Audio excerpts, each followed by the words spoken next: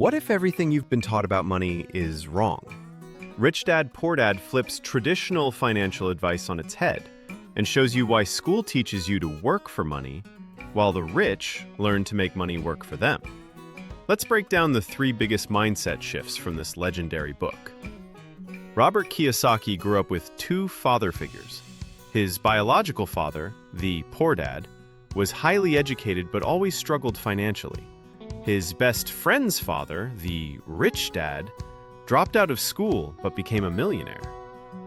In Rich Dad, Poor Dad, Robert compares their advice to reveal how the rich think differently about money, risk, and opportunity. This book has sold over 40 million copies, and for good reason. It exposes the mindset gap between financial survival and financial freedom. Takeaway number one: the rich don't work for money. They make money work for them.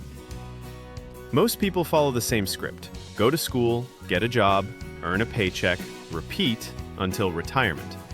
But here's the twist. The wealthy don't rely on salary alone.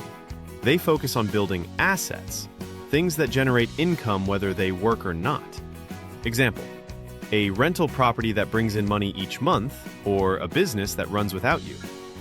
Meanwhile, most people accumulate liabilities, like expensive cars or credit card debt, thinking they're building wealth.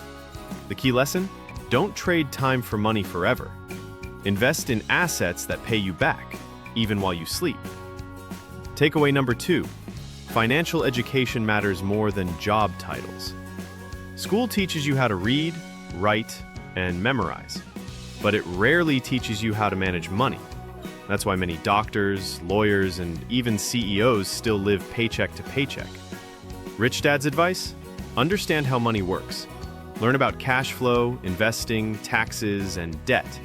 Treat financial literacy like a second language. Example: knowing how compound interest works can make the difference between retiring poor or rich.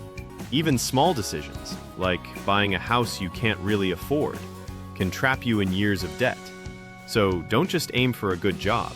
Aim for financial intelligence. Key takeaway number three: take calculated risks and think like an entrepreneur. Poor Dad told Robert, play it safe.